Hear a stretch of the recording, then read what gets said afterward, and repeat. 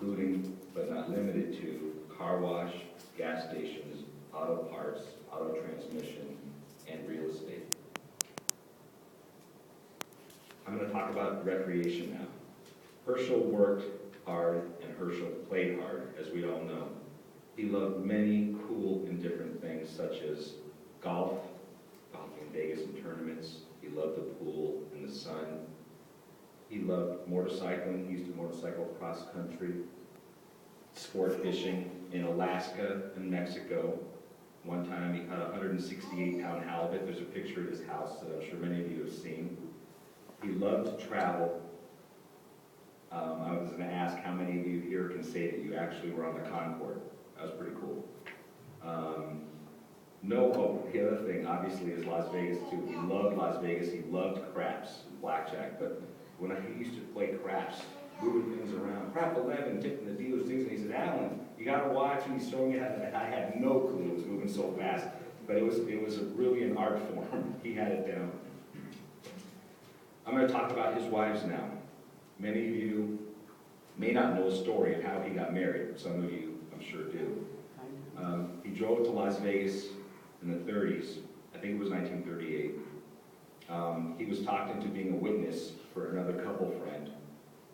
And once they got to Las Vegas, I guess his friend backed out and said not to get married. And Herschel said, I know we've got some time, but let's get married. And so him and my grandma Sylvia ended up getting married. My grandfather truly adored and loved his wife Sylvia with every last fiber of his being. A true love. He spoke of her until the day he passed. She was his biggest asset and his most prized possession.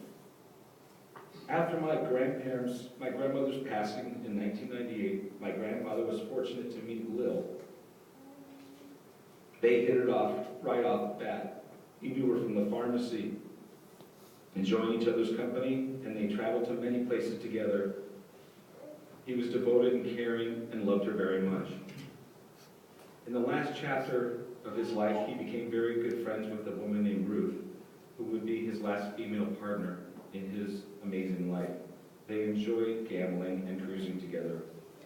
I'd like to say that my grandfather was devoted to both Sylvia and Lil towards the end of their lives when they needed assistance.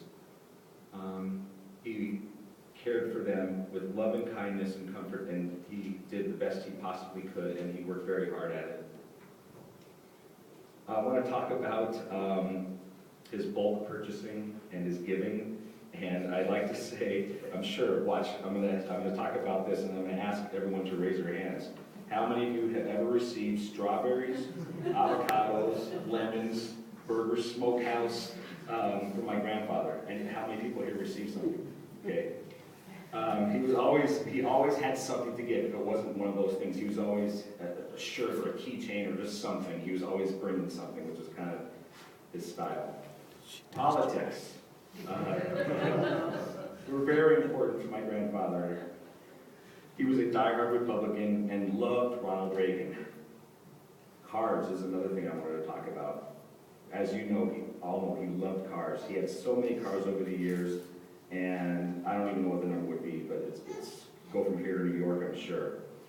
He started with Buicks, and then he went to Lincolns, and then he went to Cadillacs, and ended with Mercedes.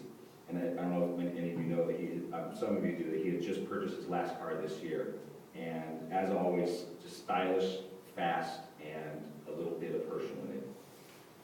He loved to work out at the gym. Good health was incredibly important to my grandfather. He was going to the gym until he was in his 80s. Exercise, diet, vitamins. That's his great-granddaughter, Lucy. And fish oil every day. He was obsessed with good health. Now, I'm going to make an attempt to do some famous HR quotes. And my voice isn't here, and I usually nail these. Yeah. And Lee Me Asked You Something. Now, the Lee Me Asked You Something was kind of like preparing you for, oh God, what's he going to, Lee Me Asked You Something. Something's going to happen.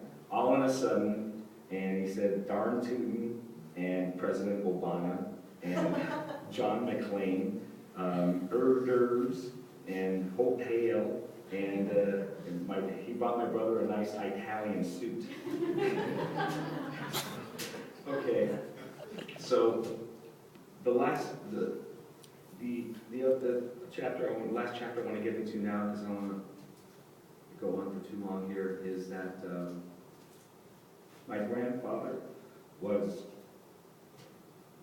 two people to me. He was my grandfather, and what was important to him was important to me, and what was important to me was important to him.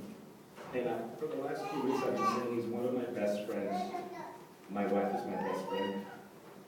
But and even with my guy friends, he was my best friend. Period. Talked many times today, and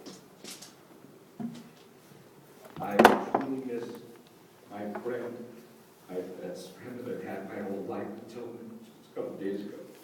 I want all of you to know that his passing was on his terms, the way he wanted it. I made sure it was exactly what he wanted, and I made sure that he passed on gracefully, with little or no pain or discomfort, and on his own terms with dignity. I want you all to know that happened. And I would love to say that the Lakers, he missed the first season opener, and we talked about it all the time, and Grandpa will let you know that I think Barnes and Blake were good acquisitions. I'm sure you enjoyed the game. He had floor seats last night, so that was pretty cool. The last thing I said to my grandpa was, hug your mother and hug your wife. Tell my sister hello. I said, say hi to Stephen. And I said, Grandpa, I'll be okay without you. I'll miss you dearly, but I'll be okay. It's okay to go. And with that, he had his last breath. I want to thank all of you for being here today. And I want to thank you all in your own ways. You were all special to him. And I know, and you know, he appreciated that. Thank you for your time today.